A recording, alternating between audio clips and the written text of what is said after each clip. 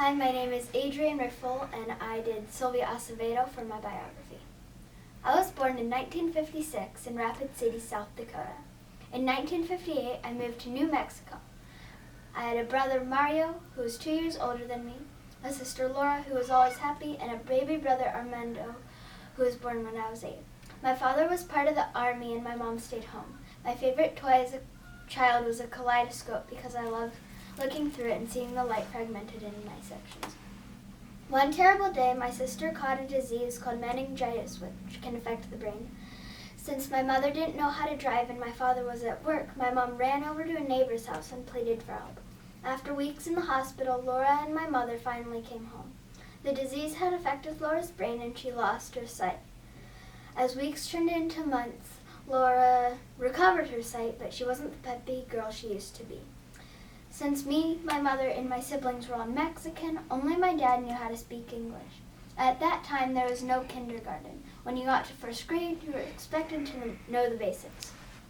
My mom asked one of our church friends named Hermana Amelia Diaz if she could teach Mario and I English before school started. I went to Bradley Elementary School for first grade, but then my family and I moved again. After we moved, I started Alameda Elementary School. One day, as I was walking home from school, another Sylvia came up to me and asked if I wanted to come to a brownies meeting. I went to the meeting and decided to become a brownie. Being a girl, I had to take home economics in junior high.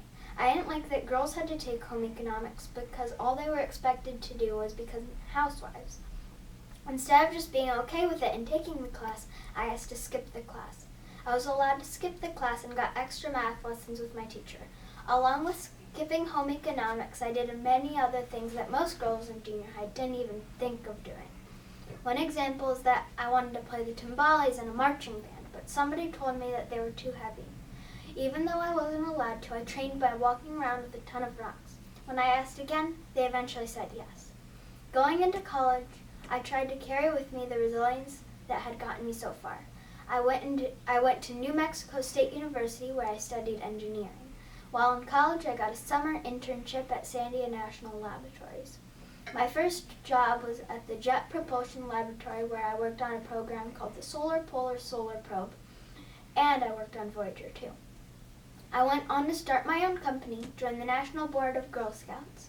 I was appointed by President Barack Obama to the Commission on Educational Excellence for Hispanics, and eventually became Girl Scout CEO.